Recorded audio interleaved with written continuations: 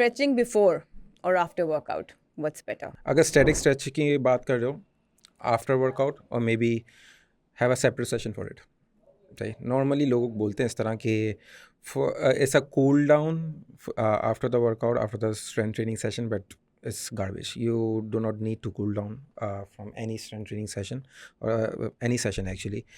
Normally this was a belief, I think back in 2010 11 12 के around के the whole training का जो session था ना, वो structure इस तरीके से हुआ था कि पहले warm up, then you do some cardio, then you do strength training session, and then you do flexibility training.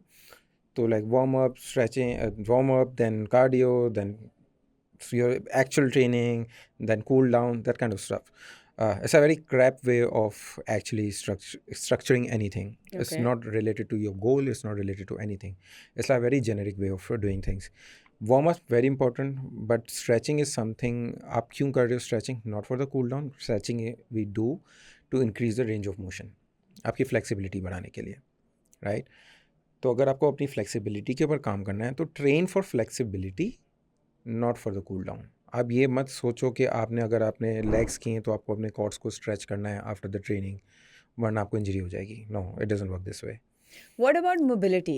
Because a lot of people do not know the difference between mobility exercises or stretching exercises. See, mobility is for the joints. Yeah. आप joint mobility की बात करो, आप range of motion of joints की बात करो. If I keep it very simple, flexibility is for the muscle. तो for example अगर मैं हिप जॉइंट की बात करूँ ना, तो हिप जॉइंट के लिए मैं मल्टीपल मोबिलिटी एक्सरसाइजेस कर सकता हूँ, क्योंकि that joint works is a ball and socket joint, right. So वो हर प्लेन ऑफ मोशन में मूव कर सकता है. तो mobility is like I am just working on different plane of motion of my joint. But अगर मैं hamstring की स्ट्रेचिंग की बात करता हूँ, वो एक ही रेंज के अंदर वो स्ट्रेच होगी, वो मल्टीपल रेंज की अंदर नहीं होगी स्ट्रेच. तो stretching is for the muscle, your mobility is for the joint, and both is important. For example, if you are doing a squat or deadlift, अगर मोबिलिटी आपकी नहीं है हिप की सही, तो शायद आप नहीं कर सकोगे परफॉर्म, क्योंकि आपकी हिप की रेंज ही नहीं है कि आप स्क्वाट में नीचे जा सको या आप डेडलिफ्ट में आप अपना हिप बैंड कर सको.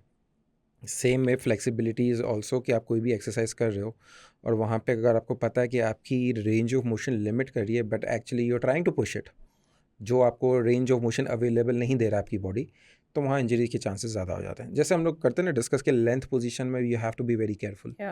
या जिस तरह RDL आपने किया या आपने सीटेड लेग कर लिया, you have to be very careful कि आप किस तरीके से लोड कर रहे हो मसल को, क्योंकि अगर वो आपकी एक्सट्रीम रेंज ऑफ मोशन है, वो रेंज ऑफ मोशन अगर आपके पास अवेलेबल नहीं है, you can get injured.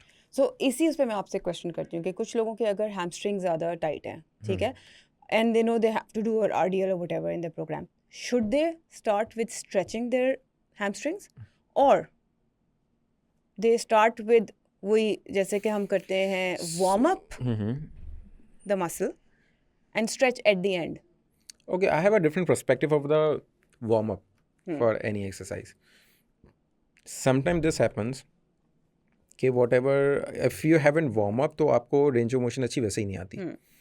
Once you warm up, आपकी रेंज ऑफ मोशन थोड़ी सी बेहतर हो जाती है. If I give you example, RDL की जैसे बात की, हिप मोबिलिटी की आपने, उसके बाद your muscle doesn't feel that flexible. आपने लाइट वेट के साथ आपने एक सेट किया RDL का, That's what we call warm up for the hamstring. सो आपने जो लाइट वेट के साथ वार्म अप किया ना, तो क्योंकि you are trying to reach that range of motion, वो आपके एक डायनामिक स्ट्रेचिंग की तरह वो बन जाता है.